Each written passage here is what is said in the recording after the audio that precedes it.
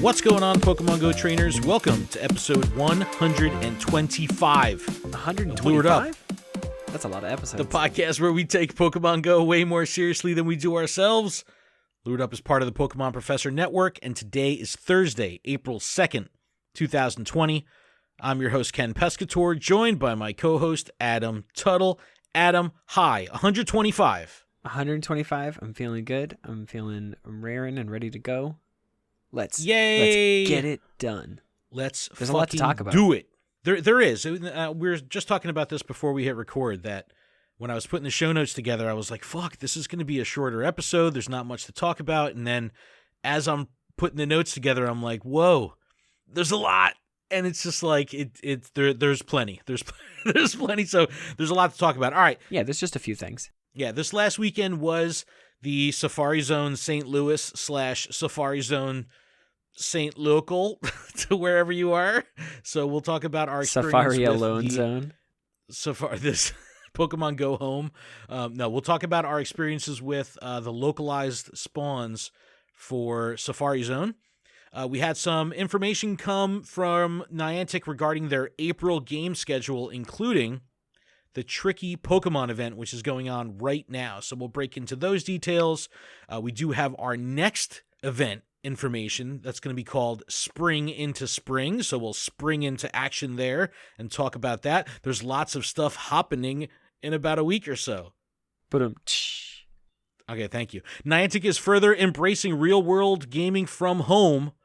This was a pretty exciting one. They put out a blog post kind of detailing a few different changes that they're going to be doing to their core philosophies of the game and how they're really adapting not just small little things like giving us Pokeballs or incense. Like, they're actually changing their core philosophies, which is very, very interesting and should lead to some really cool stuff in game. We'll we'll talk about that.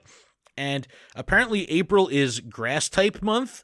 And with it has, like, I know, right? Like, where the hell did that come from? But it apparently is, and it's bringing some game balancing to grass types and a couple other things. We'll talk about all that.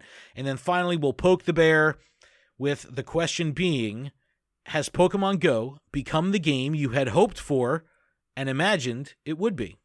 I just put this one out today, so not too much feedback from the crowd. But we'll keep this conversation going over the next week or so. But first, let's talk about St. Louis, or the lack of St. Louis. Safari Zone St. Louis would have been this past weekend, but it wasn't. It was postponed. But Niantic did activate the spawns globally, depending on where you are, so long as you retained your ticket. So Niantic was kind enough to provide Adam and I with some Saturday early access tickets. We were able to play the event from home. And, it was a lot of fun. I really thoroughly enjoyed it. And let's talk about it here. So we had the spawns: Mankey, Ferroseed, Snivy, Throw, Plant Cloak, Burmy, Machop, Carablast, Meditite, Lunatones fucking everywhere, Bolero Hat, Pikachu, Teddiursa. We had Unknown spelling St. Louis. Chatot was the one that broke region lock. And this was all happening during the Psychic Spectacular weekend. So if you had the ticket for Safari Zone, it would override the spawns of Psychic Spectacular, with the exception of Gothita and Solosis, the two new releases for the weekend. So, Adam and I both played on Saturday. It was fantastic for me. I played in Red Bank. I walked the entire fucking day in the rain. It was awesome. I caught almost 900 Pokemon. And I'm going to, we'll get to it in a minute of what I actually caught, but it was really fucking exciting. All right. So we also had special research.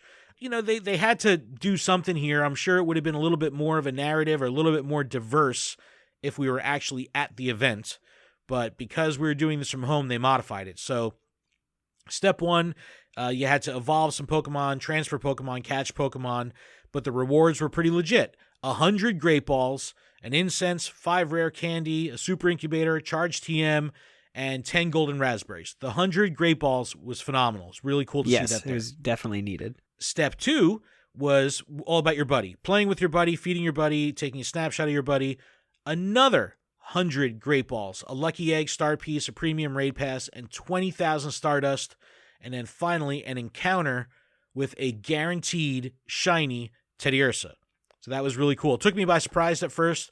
Like, I was like, holy shit, a fucking shiny. I was like, wait, this is probably guaranteed. And then I jumped on Twitter and it was like, all right, you got me. It's all guaranteed. But that was really cool. But 200 great balls. That was great. Balls. That was really cool. It was good. great. Oh, great. Balls. Also, incense lasted 8 hours. Some people even got 9 hours. Yeah, mine was still going for like a half hour. It's probably when you dropped it. So if you dropped it probably like 10, 15 minutes after the start time, it would still like continue because it resets every hour. So you'd gain those extra 15, 20 minutes at the end. It still showed the 59-minute, 59-second timer, and it would just repeat that process. But some people would, like, I dropped mine at 10:01, so I wrapped the whole thing at 6:01 p.m. local time. My incense was done. Or there was people in my area that had dropped their incense at like 10:15, and when it came to 6:15 p.m., it again activated another hour. So some people were actually getting 9 hours out of the incense. Really fucking weird. Whoa. But, That's I'm cool, sure though. they weren't complaining. No, Yep. not at all. But how did you do? What was your experience? I mean, were you kind of in home or did you go out?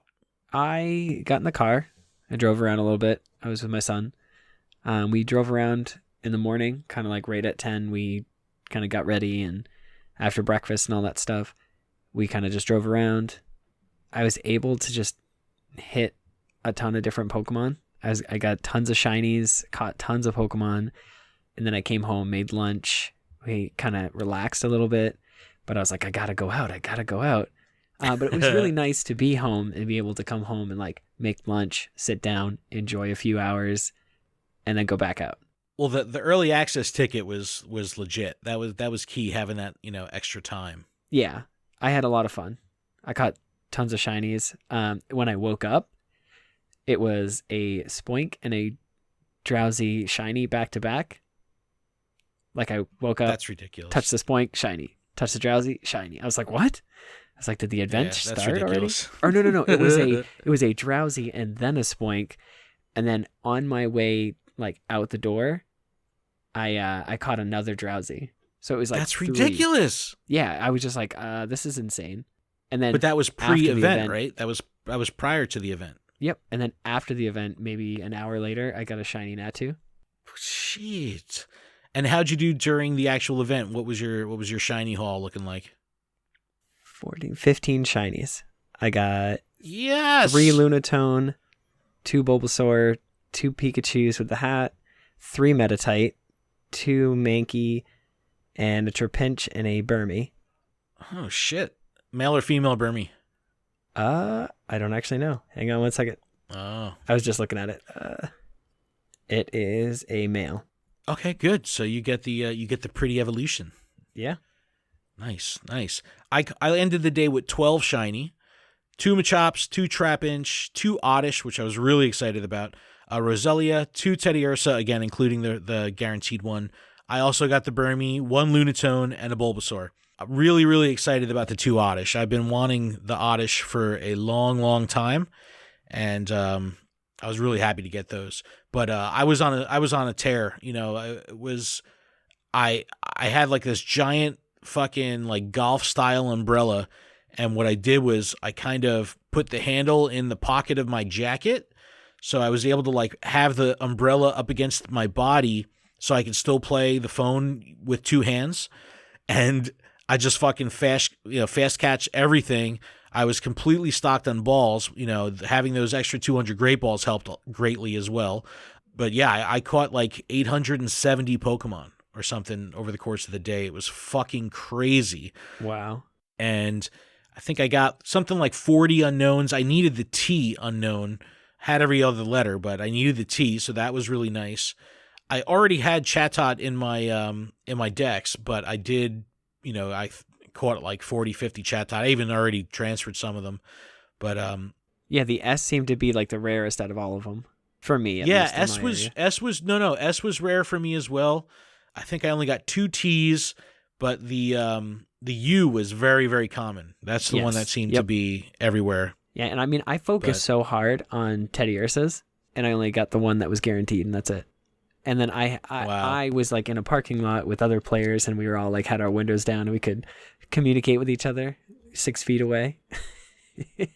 But they all were like, oh yeah, I caught, 3 or 4 shiny Teddy Ursus already. And then they were like, oh, you only caught 1 shiny Pikachu? I got like 5. So I mean, wow. it's weird because some people had like 4 or 5 Machops. It's the shiny rate for various Pokemon was definitely like just all over the map. So I liked it. A lot of people got a lot of different shinies. It wasn't the same. I really thing. wanted that Pikachu, man. That was the one I was going for. Obviously, that's the hot ticket of the event because everything else, I mean, Lunatone, sure, because that doesn't spawn on this side of the side of the world, but the fucking dumb hat Pikachu was like, you're never going to see that again, or you're going to need another event to see that. So that was the one I really wanted, and I didn't get it. So maybe if we ever become lucky friends, we can fucking trade for that one. Can you just? I can't believe we've never been lucky. Or send me them, dude. I do. I have been. I done did. I have been doing that. I usually don't open best friend gifts, but I've been playing so much, and with the increased gift opening count that I have been able to give priority to some best friends, and I've made a couple new lucky friends and everything. But overall, I had a fucking blast. You haven't opened my gift, so who? You. It says you haven't opened my gift. I'll do it. I promise. All right. All right. You have till midnight. You have an hour and like 40 minutes. Yes, I will. All right. So that was Safari Zone. The content creators all put video out. Everyone seemed to really enjoy it. The community, I know that played it. Our Discord community did really well with shinies. Really enjoyed the event. So, hey, it's a solid consolation prize for having the event postponed. Knowing that they can do this and activate these spawns globally like that and make them per trainer, it's fucking awesome because that's very promising with how they can handle events, in the future. Yeah, I can't wait to see what they do for Abra Community Day because that's still on everybody's mind. Like this month was supposed to be Snivy, I think, right? Something like that. So we're going to have to figure out something, and I think the story arc is the right way to go. Or like even like these small little research tasks where you get extra balls for completing these simple tasks from home, and then at the end it unlocks at least 1 shiny. I think that's fair. Yes. And then to have them spawn all around you again is, because depending if you're using an incense and, might be near a stop or a Poke Gym, like, I don't know. I feel like they could easily make Abra a community day, but that's just me. Yeah, no, and it's weird because they're going to have to make an announcement soon with what they're doing. We're already into April, so. Speaking of April, they have given us an April event update. This is coming. Yes, they have. Yeah, this is coming from PokemonGoLive.com. Just kind of with the future of the event, live events uncertain, Niantic has shared some information regarding what to expect for the month of April. So essentially, Shadow Entei and the Shadowy Threat Grows special research has been extended. So if you haven't finished it, you have an extra month. And if you didn't, if you already finished it, that's it. You finished it. You gotta wait till May. Congrats. Slow clap. Good job, guys. You defeated Giovanni. But our April research breakthrough Pokemon has been rotated, and now it's going to be a Alolan Executor, which might not be exciting for everybody. But for somebody like me who doesn't have the shiny, or any shiny Alolan for that matter, this is exciting for me. So hopefully I can pull off a shiny Executor. Pray for me. No. Like the Ferroseed thing last month was a little anticlimactic. I understand it was a holdout for Pokemon for some. The extra Stardust thing, it's not enough extra Stardust to really make it exciting for the Stardust purpose. But knowing that at least I have a higher rate or potential higher rate of shiny with the breakthrough, I like it better than the Ferroseed. But and I thought I also don't have it. So see, I was under the impression that Ferroseed could be shiny. Nope. I know, but that was just me. I just thought, and I was like, so I've been like checking them in the wild, and I was like, I thought somewhere that we had talked about this being shiny, but I guess not. So that's exciting. We're going to get Alolan Executor, bonus Stardust, chance to be shiny. Excellent. The Tuesday Spotlight Hours and Thursday Mystery Bonus Hours will continue as planned. We already know that the raid hours have been canceled, but we already have our first actual event of the month. It's currently active, and it's the Tricky Pokemon event, which is running from Wednesday, April 1st, no April Fool's jokes, to Tuesday, April 7th, 10 p.m. local time. Yeah, so they run through the features, because this is a cool event. I have not gotten any shinies, but I was lucky enough to go to the grocery store today, and on my way to the grocery store, I was like, what is that thing that's so flat to the ground? And I clicked it. Oh, boom, yes. Nice. Stunfisk. All right. Yes, so Stunfisk has been released in the game as part of this tricky event. Obviously, it'll be in the game, after, but this is what we have from a features perspective. It says, Pokemon known to be pranksters and masters of disguise will also be appearing more often in the wild. So we're looking at Ghastly, Haunter, Voltorb, Sudowoodo, Aipom, Croagunk, and Fungus. If you're lucky, you may encounter a shiny Sudowoodo or a shiny Croagunk. So shout to Mystic 7 working on that shiny Sudowoodo, but the Croagunk is also another really, really good-looking shiny. And then, like Adam said, Stunfisk, the trap Pokemon, will make its Pokemon GO debut. For the duration of the event, Stunfisk will be available as field research task reward encounter, and if you're lucky, in the wild. I found one in the wild, and I also got one from research, and the task is earn 3 candies with your buddy. So if you see that earn 3 candies with your buddy, make sure you hold on to that. That's the guaranteed Stunfisk encounter. With decent stats, so definitely be on the lookout for those. With better stats than the wild one, or potential better stats, better base. My wild one was garbage. The following Pokemon will be hatching more often from 5K eggs: Aipom, Wynot, Bonsly, Croagunk, and Stunfisk. If you remember, Bonsly can be shiny. With Sudowoodo in the wild now, again, Bonsly from, all the babies as shinies are very, very coveted. So those, I know a lot of people are still really working towards hatching. So 5K eggs is the way to go there. After the event ends, Stunfisk will no longer hatch from those 5K eggs. It'll leave the pool, but you'll still be able to get it as a reward research encounter or in the wild going forward. We have event-exclusive field research. Again, depending on the task, Sudowoodos, Croagunk, Stunfisk, all in that pool. This is another good one. Up to 5 photobombs a day with, when you take a snapshot with Croagunk or Aipom. And they look absolutely hilarious. They're like in funny poses. Aipom's looking a little April 420. It's really funny. Ditto is appearing more frequently in the wild during the event. There's a research for like catch 3 Ditto. I'm like, when the fuck am I going to catch 3 Ditto? It's very, very common. They've changed the Pokemon that it can be. So now there's a higher probability of getting Ditto, at least for the duration of the event. Yeah, there's one that says like catch 3 Voltorb for 5 Pokeballs, but the trick is that most of the Voltorbs are Dittos. Yeah, so I'm like catching the Voltorbs, and I'm like, why isn't this counting? It's because it's a fucking Ditto, which is cool. But yeah, so I mean, they're starting April off big, with an event, new shinies, new Pokemon. So, I remember in the past we would say like, hey, they're doing these events and they're putting a shiny in there, our shinies content. So now what they're doing is they're saying, here's 2 shiny, but then also here's another little drip of a new Pokemon. So they're giving us a little bit more to keep us busy during these events. So I really like the event.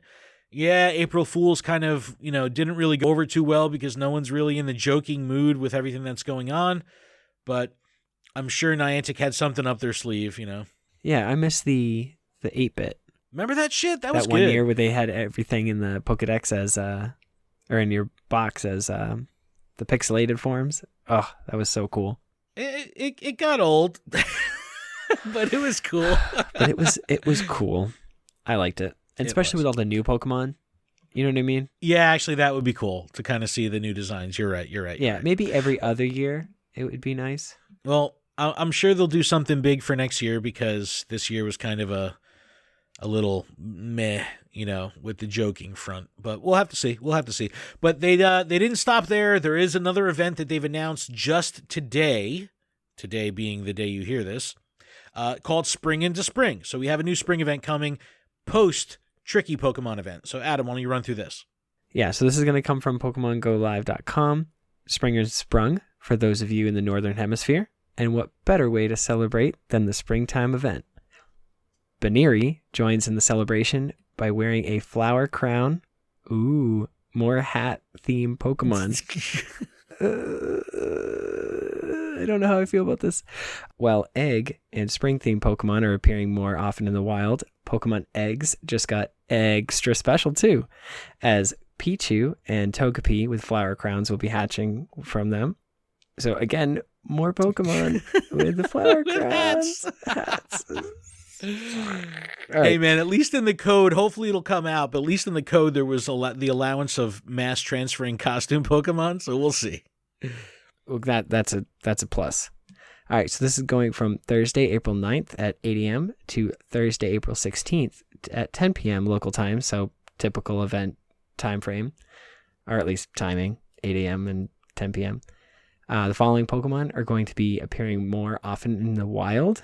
You've got Execute, Chansey, Mareep, Marill, and Torchic. And guess what? We're finally going to get Execute as a shiny. Yes, this is good. That's a good and shiny. It's like, we've been waiting for it. We got Executor. Oh, that's funny. April, Executor, that's how they give us both the shinies. They give us the Alolan Executor in our research breakthrough, and then they give us the Execute. That's pretty cute.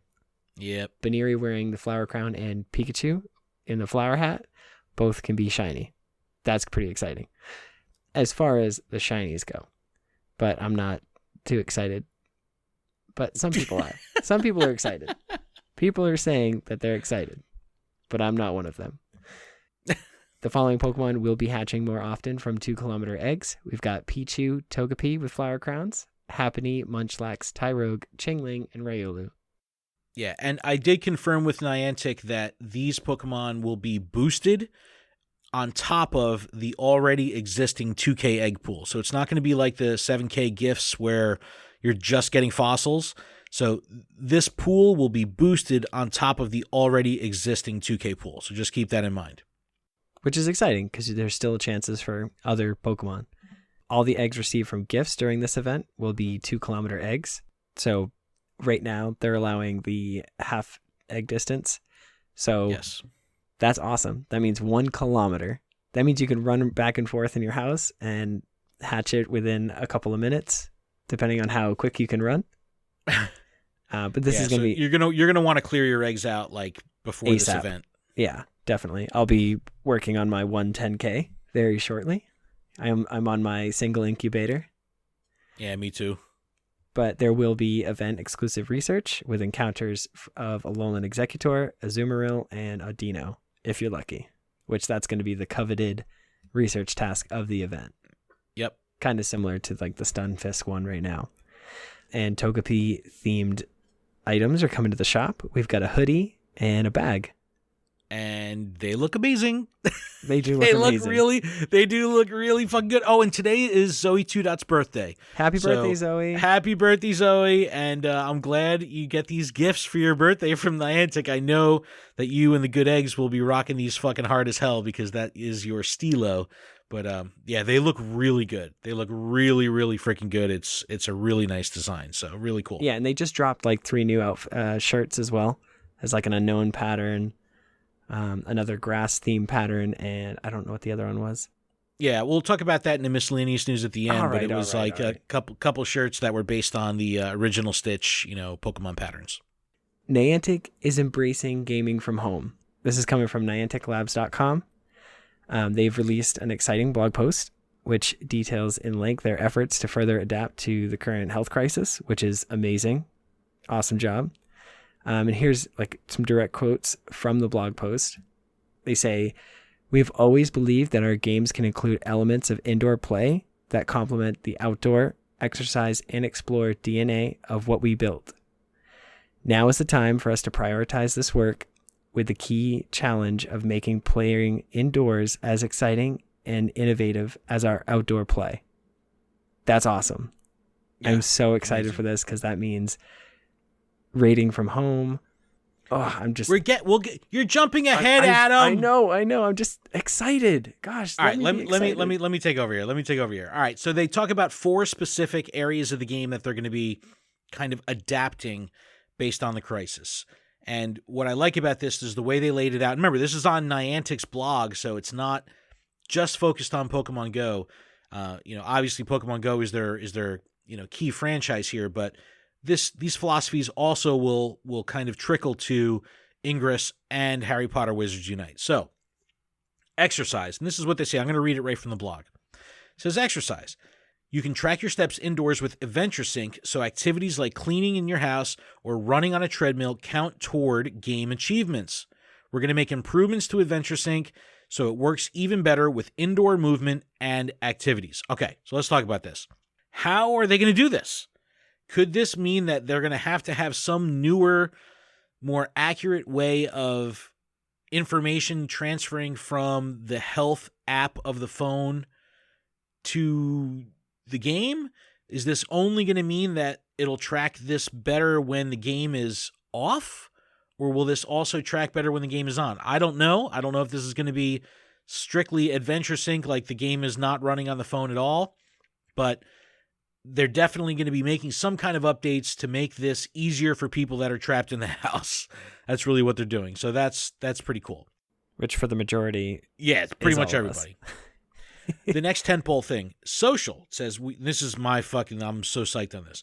We're enhancing our in-game virtual social features to enable players to stay in touch when they can't meet in real life. You'll soon be able to team up with friends and take on raid battles together in Pokemon Go from the comfort of your home. Holy shit. They didn't put the holy shit part in. I did. But holy shit. We're just reading between the lines. That's all. Yes. Well, now there's a couple interesting things here to kind of talk about. So first we have the fucking spoofer base who's like, holy shit, we've been doing this forever. Now you guys want to do it too and it's okay? Well, it's like, yeah, fuckers, because this isn't breaking the terms of service. This is actually part of the game. Remote play will be part of the game. It's not that we don't like raiding. We just don't like cheating to raid. So if they're going to allow us to raid remotely, it's not cheating. So that's the whole thing. That's the whole point. So we don't know when this is coming to the game. We don't know. But they've already taken steps, which they've officially announced and is already active, where what they've done is they've doubled the distance that you can interact with gyms for your trainer. Meaning, rather than being 35 feet away from a gym and being able to, interact with it, spin the stop, go into the gym, battle, whatever, now you can be 70 feet away. And what this allows you to do is makes it a little bit easier for social distancing. And if you're in the car and maybe, the parking lot is a little bit further from where you need to be, it just makes it a little easier. Now, I was guilty of this when I first saw this, and a lot of people still feel this way, like, this is the raid from home bullshit they're talking about. This is fucking bullshit. No, this is the first step into us being able to raid from home. So this is just a small little thing they've done in the interim. This is a temporary thing. So now there is a visual bug where if you walk up on a Pokestop, it will show you can spin it from that extra enhanced distance, but you can't. You could spin it, nothing happens. You'll get to try again later. So that's just a visual bug. You can only interact with gyms at double distance. Even though Pokestops look like you can, they won't work at double distance. Just a visual bug. Hopefully that'll get cleaned up soon. All right, next tentpole. Explore. It says we're also looking into how we can help players virtually visit and share memories about their favorite real-world places until they can once again visit them in person. What can this possibly mean? How are we going to be able to virtually visit places? Well, it says share memories and visit and share memories. Yes, but visit and share memories. So how do we virtually visit a place? What does that mean? So our friends send us a gift. This is in my opinion. Our friends send us a gift. During that gift interaction, we can go to that in the map and maybe spin that stop for extra stuff or teleport there. and then catch a Pokemon. I don't know. That's what I was thinking. Spinning the stop might be, that's a good fucking idea, because that again will help people with items. So interesting. I don't know, but that's a good one. Now, so my tinfoil hat theory, and I know that this is exceptionally impractical, but Niantic did just announce the acquisition of a new studio. This is 6D.ai. I don't know if there's some funky techie way to say that, but 6D.ai is a company that focuses on real-world augmented reality mapping. So I know Niantic's long game here is to build a complete and thorough augmented reality map of the world. And I'll link to it in the description so you can see this company's work in action that allows you, using a mobile phone, to map 3D spaces in AR, like brutally accurately, and fuck with lighting and fuck with textures. Like, it's ridiculous tech running on phones right now. It's really, really cool. So my tinfoil hat theory was, what if down the road, and obviously they just acquired them, so who knows how long, might be 2 years before we see anything, come to fruition from this crew here. But what if they were to do something like the port keys in Harry Potter Wizards Unite? So the port keys in Harry Potter work like a doorway. You open the port key, there's a doorway, you walk through the doorway in AR, like you actually physically move your body through the doorway, and you're immersed in a room. And then you can look around with your phone and you're in that room. So what if, using the technology from this 6D.ai company, right? They map the inside of a museum, or they map the fucking Eiffel Tower. And in Pokemon Go, you're able to travel to a place, walk through a fucking doorway, and on the other side, you're in that place virtually. Not virtual reality, don't get it twisted, but you'll virtually visit that place in AR, where through your phone, you're completely immersed in that location. How fucking awesome would that be? That would be sick. And then potentially interact, because in Harry Potter, you go into those virtual places inside the port keys and you interact with the environment. So what if you can interact with Pokemon in those places, or get items or something? I don't know. Tinfoil hat theory. Check out 6D's work, though. It's mind-boggling how amazing this fucking tech is. And when you think about what their, real mission is here of mapping the world, and how Niantic's vision of their real-world platform can be used with that, it's very, very promising. All right, back to the story here. So that's Explore. The next one, live events. And this is a big one. It says, we're reimagining what it means to participate in Niantic live events this summer and putting our creative energy towards bringing the excitement directly to your home. This means we're working on an entirely new way to enjoy Pokemon Go Fest. More details coming soon. So this was kind of a soft touch on Go Fest ain't happening this year. And then John Hankey followed up with a tweet saying, we're really bummed that we're not going to be able to see everybody at Go Fest this year, but we're working on some stuff that's really exciting, to something to that effect. So unfortunately, it doesn't look like there's going to be any fucking live events happening this year at all for Pokemon Go, Wizards Unite, Harry Potter, or, Ingress. It's a total bummer. Obviously, there's reasons there, but they are working very diligently to make those events playable from something home. Worth doing. Yeah. Well, just think of just activating the spawns like they did for St. Louis. That was enough I was fucking engaged the whole day. And all that was spawns. So maybe they add some other stuff. Who knows what they're going to do, but I'd imagine that it's going to be more exciting than just a exceptionally thin special research and some spawns. It's got to be something more. So I'm very excited. I'm cautiously optimistic, but optimistic nonetheless. Maybe each player gets their own Pokestop wherever they want to set it in their circle. A lot of people have been talking about that, like the ability to throw down a temporary Pokestop, and that way you can lure it and, have all the spawns and have this and that. it's a good idea. I don't know what it would take in the game to do that, but a lot of people have been saying, like, give us that ability, even rural players, But something you got to take into account here. Let's talk about how players, and we talked about this with Alfindial last week, how players are going to react to having to go back to walking for Go Battle League matches. How people are going to react to having to reach Ultra Friends to send remote battle requests. So those things are probably the most passive change that they've done. What about raiding from home? When that comes, they're never going to be able to go back to not having that. They're going to have to keep some iteration of that in the game because people will fucking revolt. Like, that's an interesting thing to think about. Like, how will the game, like, this is... You'll probably only be able to do one remote raid per day. I think that's the only way that they could make it still like, oh, you can use your free raid pass for the day if you went out to the gym and spun it, but you still have to interact with a gym. Otherwise, you don't have a raid pass. So yeah, but you could buy raid passes. So right. You could, and again, that's them making money.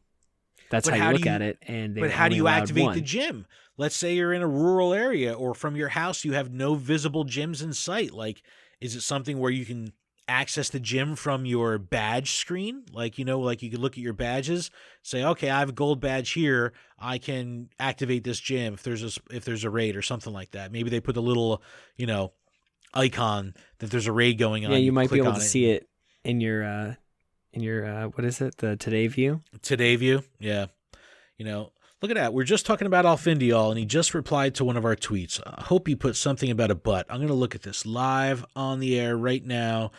It's not a butt, unfortunately, but it is him just being really cute. Anyway, so it's look, I think that there's two things that we could be hopeful for here. Again, putting on the tinfoil hat when it comes to remote raiding is, one, being able to just activate a raid anywhere and play. Two, the ability to invite people to that raid.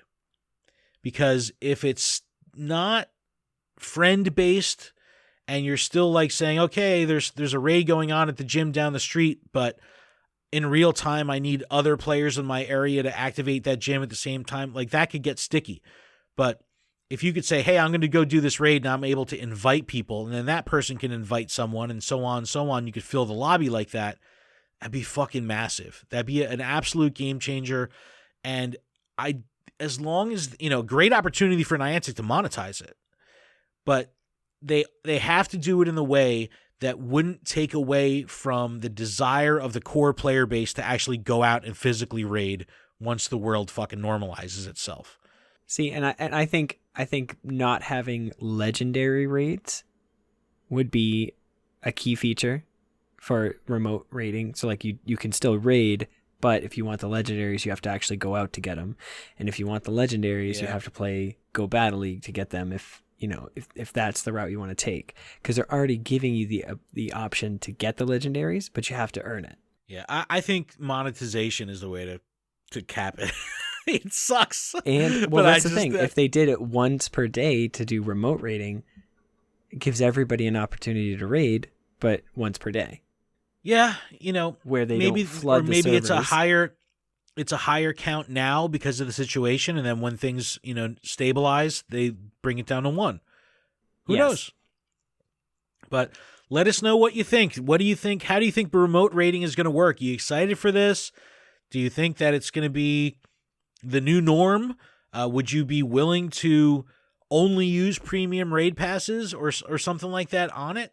Let us know. I think this is gonna drastically change the dynamic and landscape of the game going forward. So it'll be interesting to see how this rolls out. Adam, like we said, it is grass type month.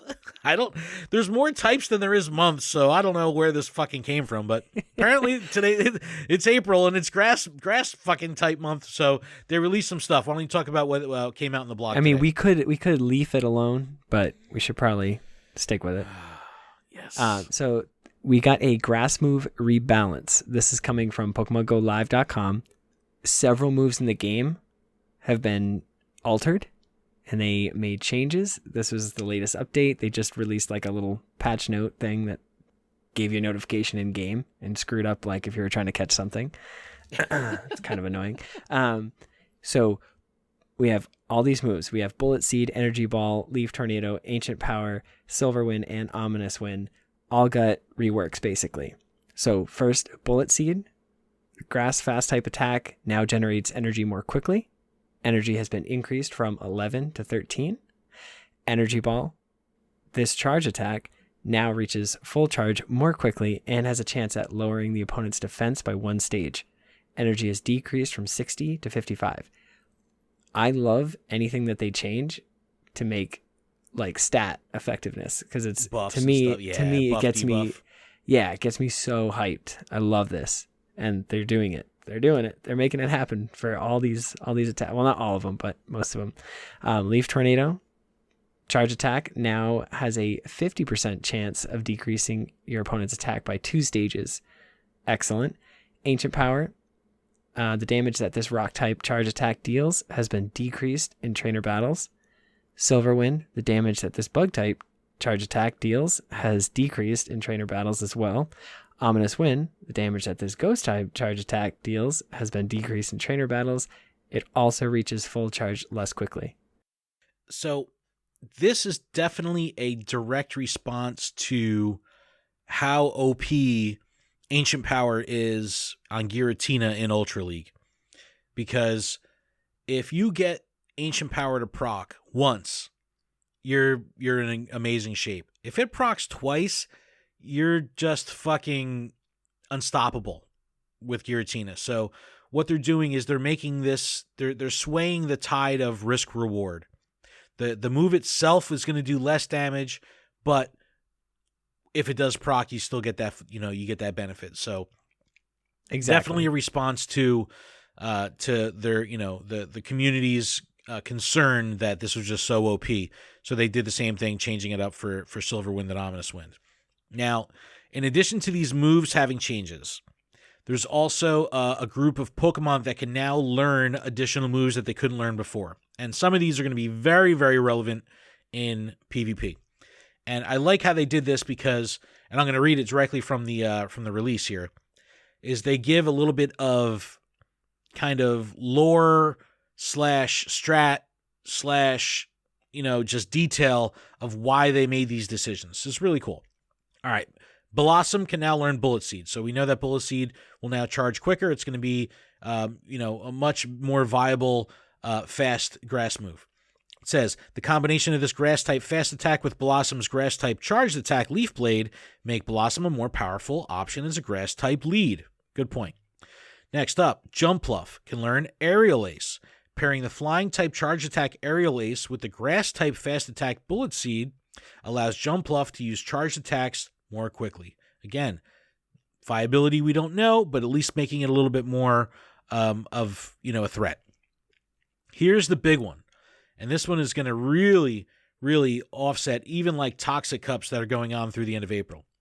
Ludicolo learning Energy Ball. So the attack reaches full charge faster than Solar Beam, #GetBeamed still, but giving the carefree Pokemon access to a different type grass charge attack to use with different playstyles. Energy Ball can pair well with Bubble, one of Ludicolo's fast attacks. This is going to be a great combo. Bubble charges really quickly. Energy Ball, charges quicker than before. It's going to be very, very deadly. Nice combo for Ludicolo. Credilli can learn Bullet Seed. Sunshine Form Cherim can learn Fire-type Weather Ball. Tangrowth can learn Rock Slide. I like this one on Tangrowth. Tangrowth is a good Master League lead, especially against like Kyogre or Groudon. So having Rock Slide there will help counter those legendaries, which is really nice, and also, make them a little bit more aware of burning shields up front. And when it comes to legendary Pokemon and getting second moves and powering them up, we know that it's hard to do on a budget, where with Tangrowth, it might be a little bit easier to accomplish because it's non-legendary. So it's going to be cheaper and a little bit more accessible.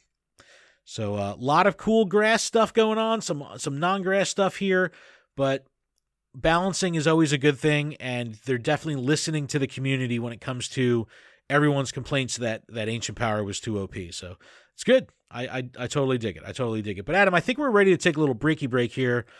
Let's to do get it. Let's through. break it up. All right, let's break it up. Let's break it up. All right, we're gonna take a quick break. When we come back, we got some miscellaneous news, and then we're gonna poke that bear. We'll be back right after this.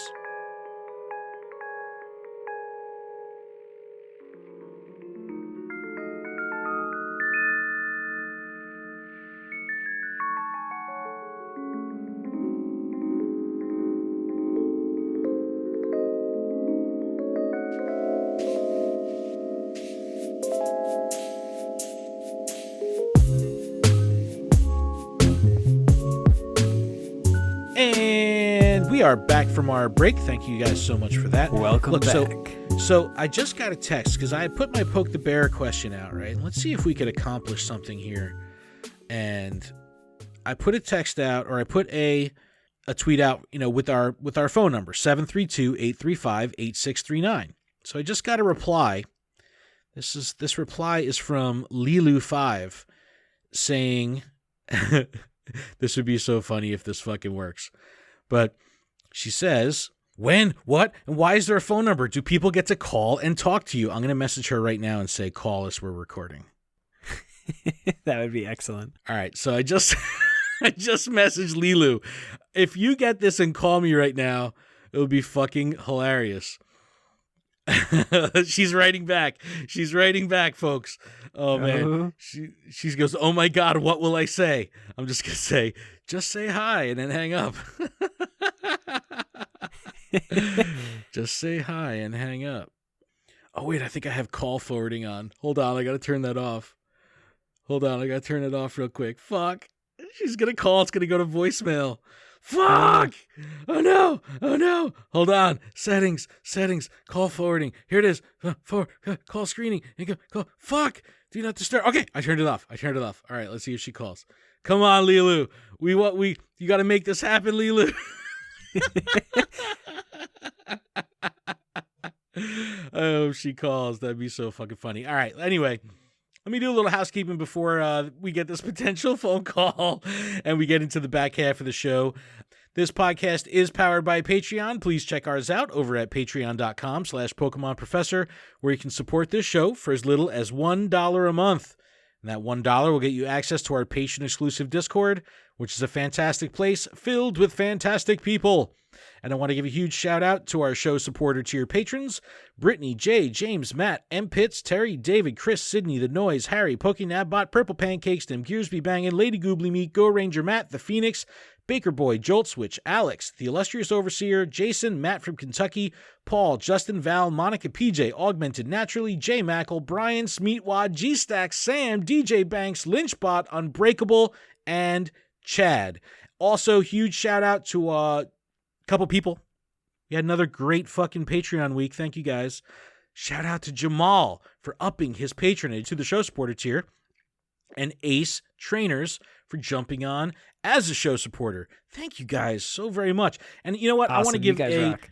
a doubly shout out to Jamal. Jamal has been helping me so much with Ingress. I've been jumping into fucking Ingress like crazy lately. Jamal is a expert and has taught me and guided me and help me understand what the fuck I'm doing, because for the first 6 levels of this game, I had no clue what I was doing, and now I actually understand it. Jamal, thank you, my man. He's saying, like, every time I post something, he's like, bro, I'm gonna have to fly up to fucking Jersey so we could play. Yes, we'll make that shit happen. We're going out. We're hitting up Red Bank. All right. Also, thanks to our executive producer, Paul Bott. Paul, as always, thank you so much. But everyone, if Patreon isn't your thing, no big deal. There's still a couple other ways you could help us out. If you're listening on YouTube, you can subscribe to the channel, turn on notifications, and if you're listening via a podcast service like Apple Podcasts, you can take a moment to leave us a review. So thank you guys so much for that. Oh, wait, she called? What? It didn't come through. She said, wait, what? Did she call? Fuck, hold on. I can't see your phone. I don't know. I know. Oh, hold on. Shit. Why didn't I get it? It didn't ring. Fuck. Hold on. Damn it, Google Voice. She left a voicemail. Shit, I'm calling her back. I'm calling her back. I'm calling her. I'm calling her. Oh, she said I put in a voicemail. Fuck. I blew it, man. I told her to call and she did, and it didn't even fucking ring. I blew it. Maybe it didn't register that I had turned off call forwarding or do not disturb. Damn it. I fucking blew it, bro. Oh, man. That sucks. All right, hold on.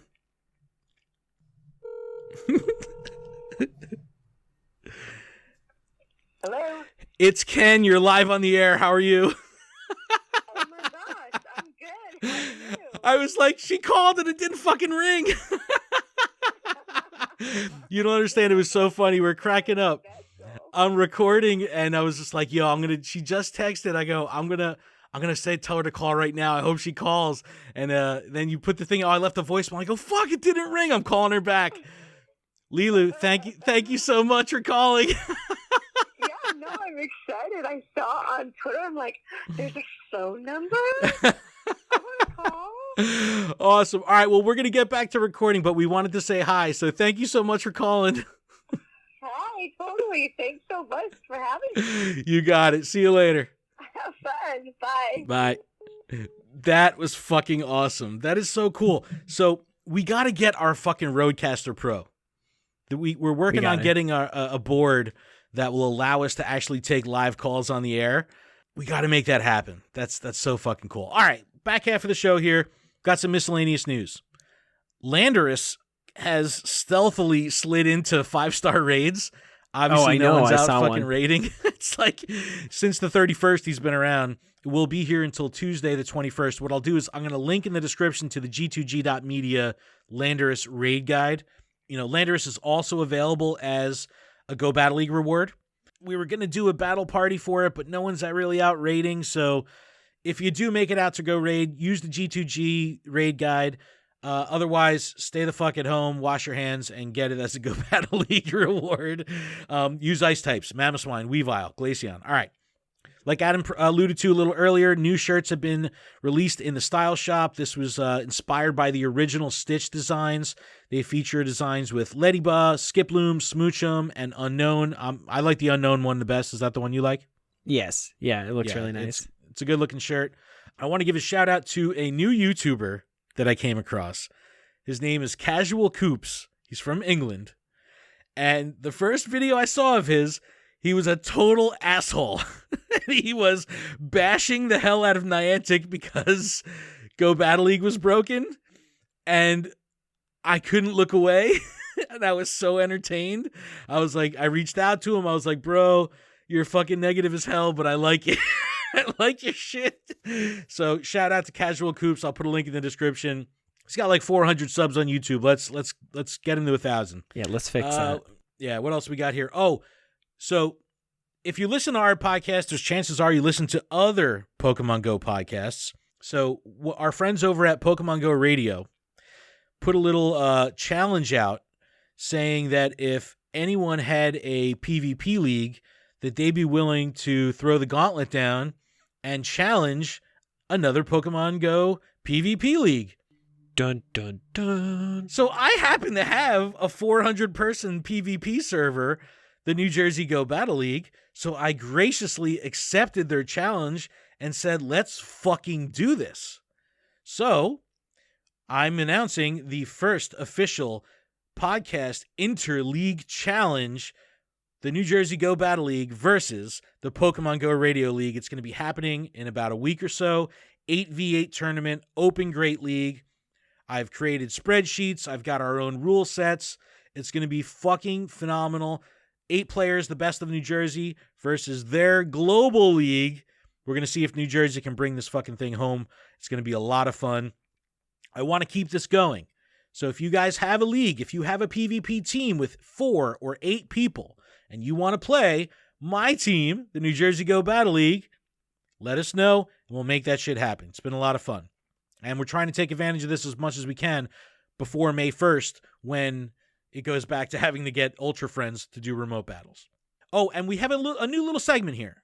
We've been working closer with our friends over at g2g.media, And we're going to be starting to bring calendar updates courtesy of G2G.media. And we're calling this section Willow's Almanac. Okay, so just to run through a couple dates really quick. We're currently in Go Battle League Ultra League. That's going to be shifting to the Master League on April 10th. I can't wait for this. I'm getting fucking wrecked in Ultra League. Yeah, I'm not I think prepared. I've played one match. I was doing really good in Great League, man. Don't judge Dude, me. I don't blame you. I don't blame you. I haven't played much either because I'm getting fucking wrecked. And I even was like, you know what? I'm going to invest. And granted, I have 12 million fucking Stardust. I spent like 300,000 or 400,000 Stardust powering up like a fucking Licky, a Swampert. You know, I'm still getting wrecked. I'm winning 2 out of 5, if that. It's a pain in the fucking ass, but I'm making it happen. But Master League, I'm coming for you on the 10th. Landorus, like we said, is here till the 21st. The Tricky event runs through the 7th, and the Spring into Spring event starts on the 9th. Check out G2G.media for their calendar. We also have our Google Calendar you can download and subscribe to as a whole. But if you want to, you can go to G2G.media and subscribe to specific events from their calendar. It's a great little collaboration that we're doing with them. Support them. Fantastic people. Fantastic site. Okay.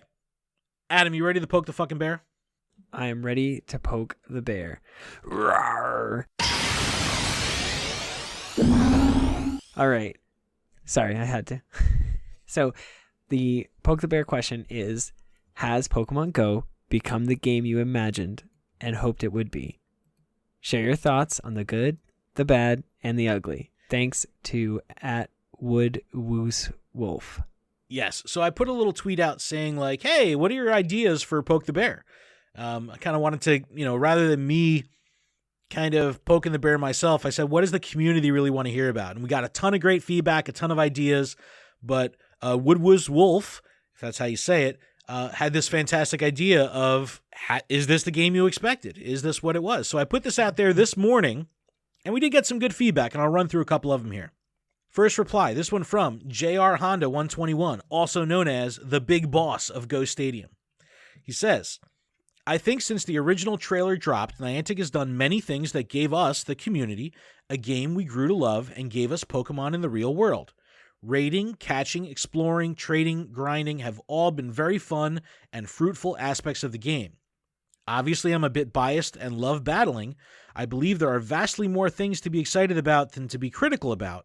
However, the infrastructure and features of battling have not reached the expectations that were set in the initial trailer of the game. Very eloquently said, very well put, great, and very constructive too. Let's talk about that trailer for a second, Adam. You remember that original trailer with Mewtwo and all that shit? The battling one? I mean, like the original fucking trailer in the beginning, 2016. The original one? Okay, yeah. Okay, so it's, with people coming together and, everyone in Times Square battling fucking Mewtwo and this and that, all that stuff. Like, those expectations, like, we didn't know what this game was going to be. If you've been playing this game since launch, you got to think back for a second. Let's go down memory lane and think back to 2016 and how limited this game was. We had catching. What else did we have? It was like catching. That was it. Yeah, it was just catching, and then like whoever had a Blissey went like basically on the gym. Yeah, a 10 stack of Blissey in the gyms, but it was like there was so little to it. So this game has slowly but surely trickled in. And I think it was last year at GDC, they said something to the effect of, we've delivered on everything that we promised in that original trailer. So now, mechanically, I think they have. The PvP is there, Yes. the trading is there, hatching / if you want to call that breeding, whatever. The eggs are there. But like JR Honda was saying, the infrastructure behind the battling, again, which could be kind of the difficulties could be exacerbated by the extra people playing right now. But yeah, it's just not, it doesn't run at the same level of quality as every other form of the game. So it's, I feel you on this one, man, because, it's just, you can raid all day and it run fine. You can catch all day. It runs fine. You can hatch eggs. You can do buddy adventure, but when you go to PvP, you're going to hit those mechanical roadblocks, and it's like, yes, that does hurt a little bit. All right, moving on. This one from Adventure Buddy 01 on Twitter. It says, raids and PvP have moved GO's focus so heavily to battles, but battles just aren't fun. And the delayed drip of Gen 5 Pokemon really killed it for me. So let's talk about this now. How they're releasing generations. A lot of people that moved over here from the main series games aren't used to a slow rollout of Pokemon. They're used to, here's the fucking game, here's the Pokemon, boom, get to it. You know what I mean? Well, what about Sword and Shield? Yeah, well, that's still, you still you get have all to wait for everything. You're still getting all the Galar Pokemon, though. You know what I mean? It's like, it may not be, the national decks in there, but it's... I've come to appreciate the slow drip of Pokemon. The fact that like we get Stunfisk this week, and we got Solosis and Gothita last week. I kind of like that. Yes, because it I paces enjoy the it game. because it makes you want to come back, and I think that's the main feature is they need you to keep coming back to their game, and it's like you could day one catch that one Pokemon and go raiding all day and dump 100 candies and evolve it. You're done. You have that Pokemon now. So, and I'm the asshole that would do that. You know what I mean? Like just to get it over with. And it's like, then you get that kind of almost like buyer's remorse. Yeah, you're and I feel fuck, like I'm done now. I would be that guy, but I use all my rare candies almost immediately. Like I just dump them into Genesect. I dump them into Stunfisk. Like whatever Pokemon I have, like I can dump a couple candies into that I have. I just do it because I know if I save it, I'm going to evolve into that Garchomp. But I'd rather hatch another Gibble to get to the Garchomp. You know what I mean? Like I want to earn that. Yeah. See, I also have a hard time evolving stuff that could potentially be shiny, and I want the shiny registered to the decks. You're so weird with that. I know. I'm so impatient. And like, it's weird because I'm not raiding anymore. So my rare candy has been dwindling because I've been using it to power up Pokemon. That's my golden raspberries. Yeah, that too. But I mean, Especially I put 150 after, rare candy into Safari fucking Zone. Bastiodon, for PvP. You know what I mean? So it's like, yeah, that's a tough one. But I don't know. I can imagine that if you're not into battles, this game has shifted. What that kind of tells me is the gym system needs a rework. I said it. All right, next one. This one from Gingers for Pogo. It says, I feel like Pogo started to meet my original expectations after the introduction of trading in PvP. Some people forget how simple things were and how far we've come. I had hoped for more ways to interact with the world and other players, like secret bases and farming berries. Maybe one day. So good point here. It's like, again, thinking back to how dry the game was before we had all these mechanics. It's like now there's just so much to do. I still had a blast playing the game in 2016 and 2017, but all we were doing was catching Pokemon and putting Pokemon in gyms. That was it. Very weird. Very weird to think about it.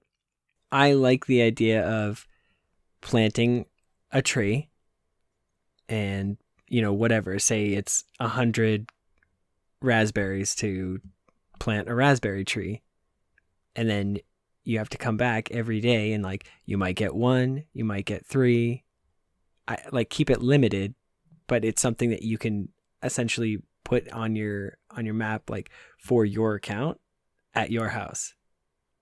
And then there's a berry tree constantly there and you can shake it and then there's like a super huge random chance that like a Pokemon pops out of it. How cool would that be? Yeah.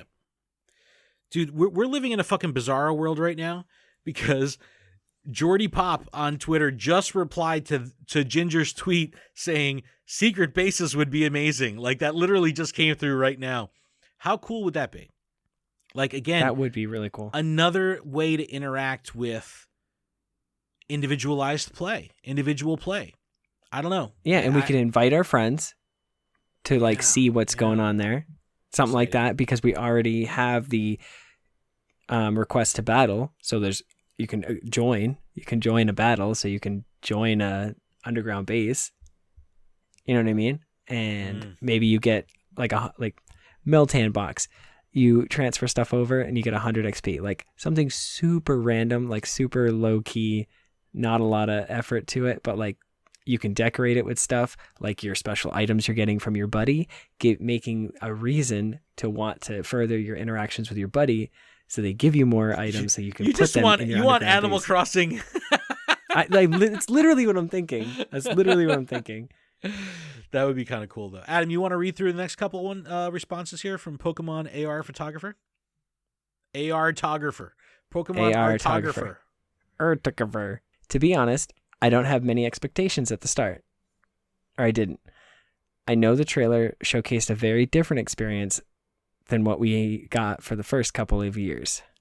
But what we got was still incredibly revolutionary, exciting, and fun. And over time, it has evolved significantly. I agree. Yeah, it is. It's such a crazy, awesome game. Keeps me coming back daily. I love it. Pogo Joel 1.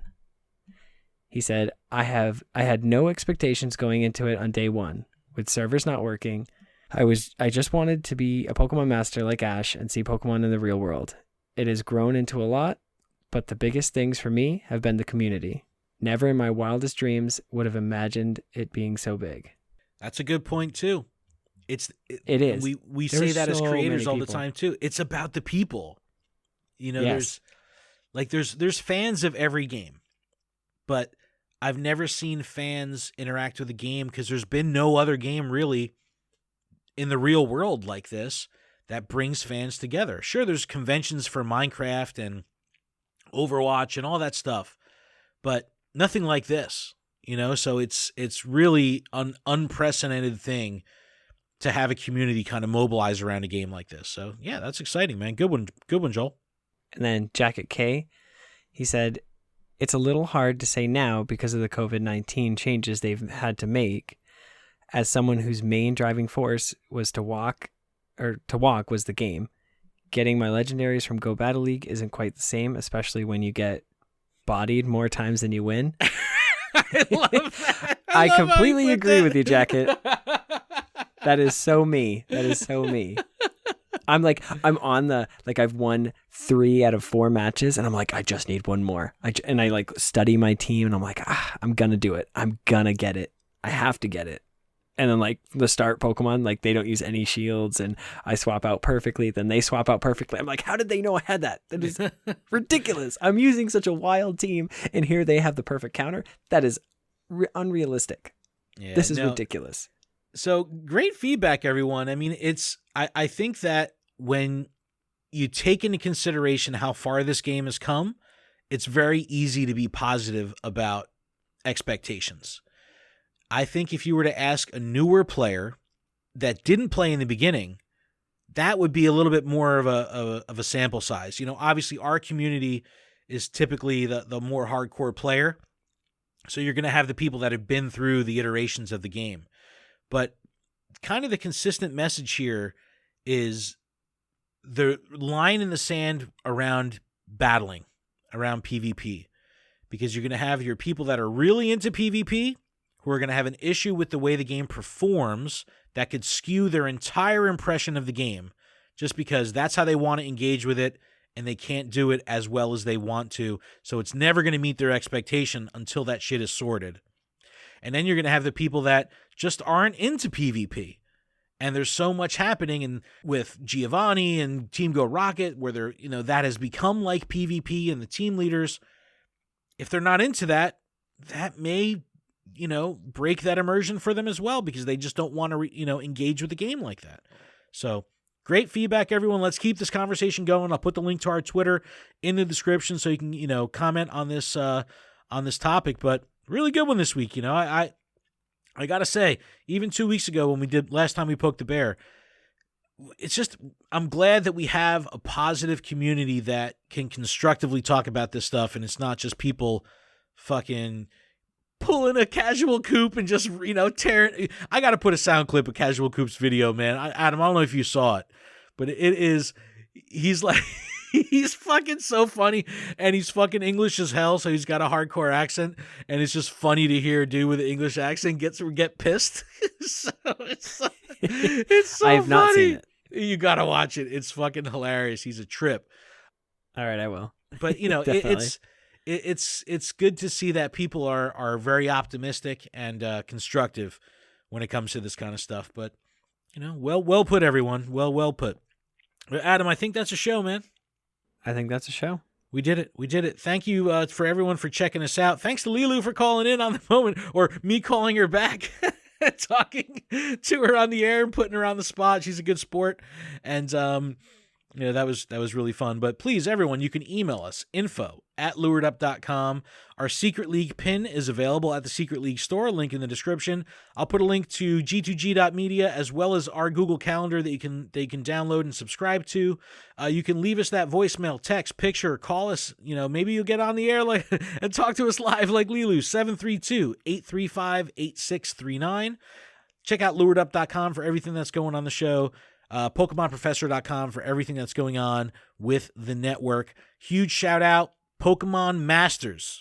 Jolt Switch and Roxy, the hosts, brought them into the fold. They are now part of the Pokemon Professor Network. They're still fully producing the show, releasing it, but they are now in the fold. I'll put a link in the description. Make sure you guys give them support, subscribe to their show, follow them on social. They're good fucking people. They're uncensored like us, and Roxy makes me go pee-pee in my pants every time because she's fucking hilarious, and it's just funny trying to see Jolt Switch reel her in every episode. It's good shit. Make sure you check that out. Yes, it's a lot of fun. It's really good. But Adam, if you don't got anything else, I think that's it. I think that's all they wrote. All right. Keep training, trainers. We'll see you next week. Thanks again. Peace.